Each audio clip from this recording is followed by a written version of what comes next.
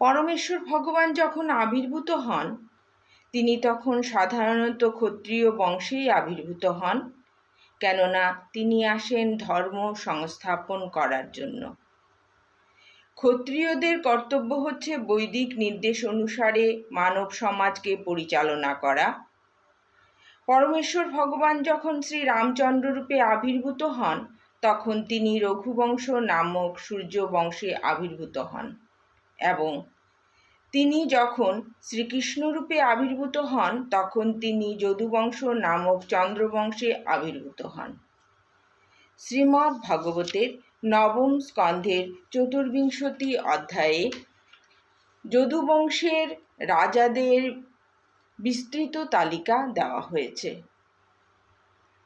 তারা সকলেই ছিলেন মহা তেজস্বী রাজা।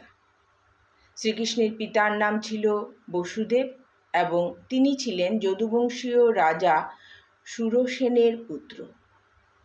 প্রকৃতপক্ষে পরমেশ্বর ভগবান এই জড় জগতের কোনো পরিবারভুক্ত নন, কিন্তু যে পরিবারে তিনি আবির্ভূত হন, তার কৃপায় সেই বংশ মহিমান্বিত হয়। চন্দন যেমন মলয় প্রদেশে উৎপন্ন হয়, চন্দন তার নিজের গুণেই গুণান্বিত, মলয় প্রদেশের উপর তার গুণগুলি নির্ভর করে না। কিন্তু চন্দন যেহেতু প্রধানত মলয় প্রদেশেই উৎপন্ন হয়, তাই তাকে বলা হয় মলয় চন্দন।